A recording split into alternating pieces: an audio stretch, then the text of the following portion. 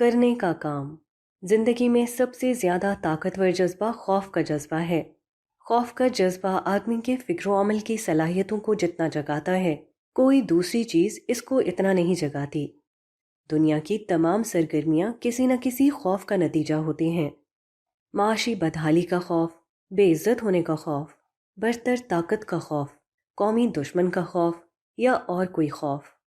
ہر آدمی کسی دیکھے یا اندیکھے خوف کے تحت عمل کرتا ہے، خواہ وہ اس کو شعوری طور پر جانتا ہو یا نہ جانتا ہو۔ مگر یہ تمام جھوٹے خوف ہیں۔ اصلی خوف جس کے تحت آدمی کو متحرک ہونا چاہیے، وہ صرف ایک خدا کا خوف ہے۔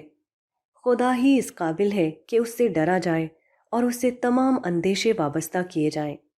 وہ تمام سرگرمیاں باطل ہیں جو کسی دوسرے خوف کی بنیاد پر ابھری ہوں، اور صرف وہی سرگرمی سچی سرگرمی ہے جو اللہ کے خوف کی بنیاد پر قائم ہو۔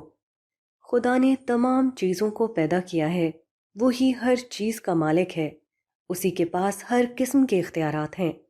یہ واقعہ کافی ہے کہ آدمی صرف ایک خدا سے ڈرے، مگر بات صرف اتنی ہی نہیں ہے۔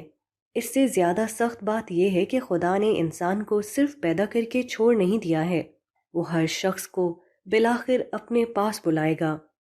اس دن وہ ہر ایک سے اس کے قول و عمل کا حساب لے گا، اور ہر ایک کو اس کے کارنامہ زندگی کے مطابق اچھا یا برا بدلہ دے گا۔ واقعے کا یہ پہلو زندگی کے معاملے کو بے حد سنگین بنا دیتا ہے۔ اس کا تقاضا ہے کہ آدمی اپنے آپ کو خدا کی ماتحتی میں دے دے۔ اگر اس نے ایسا نہ کیا تو وہ سخت ترین سزا سے کسی طرح بچ نہیں سکتا۔ کرنے کا کام کیا ہے؟ اس سوال کا صرف ایک ہی جواب ہے، اور وہ یہ کہ اپنے آپ کو اور دوسرے بندگان خدا کو آگ کے عذاب سے بچانے کی کوشش کی جائے۔